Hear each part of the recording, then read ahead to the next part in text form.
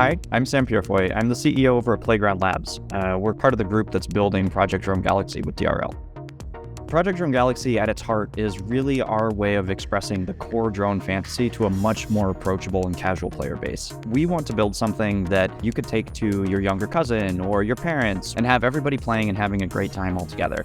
So we wanted to take that really, really intense drone racing mechanic and fantasy and boil it down into something that's as approachable as Mario Kart and end up with an IP that really lasts the test of time with memorable characters and collectibles and tracks and user-generated content that all fill in the gaps around what we see as a necessary component of new racing games in the space today.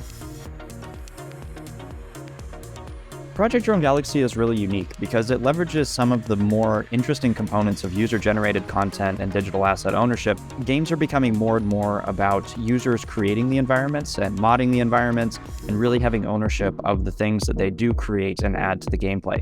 You're seeing this already happen with other games that are really leaning into the user-generated content theme as well as the user ownership theme. And so what we've done with Project Drone Galaxy is we've tried to capture those two broad trends and really marry the idea of user-generated content with user ownership, and then bundle that up all in an approachable and fantasy-based drone racing game. Oh, I'm very excited about a number of parts of the game. So I do think that the best part, and I'll belabor this point many times, but it is the user-generated content for me. So I think that the idea that anyone can hop into the game and create their own map, and it's not just like you're making a map where someone can potentially take the map and then they can run with it and you may never get credit for it ever again.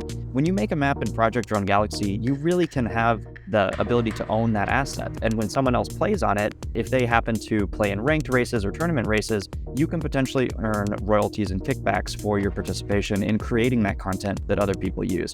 And so that's a really interesting user ownership loop that we're trying to lean into very hard. And we want to make sure that users feel empowered to come into the game environment and build the fantasy that they click most with. Because at the end of the day, we just want to build the engines and the tools to enable people to come in and actually build, kind of the game environments that they're most passionate about.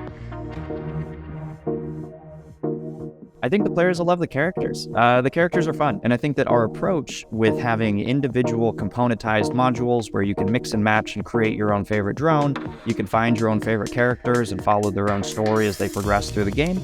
I think that those types of collectible components will resound really, really well with a broad player base who frankly may not even be part of the core DRL fantasy as well. I think that we're going to end up capturing a lot of new DRL fans and bring them into the IP and bring them into the fantasy through this idea of collectability and these types of almost Pokemon type characters, right? These types of collectibles that folks are really familiar with.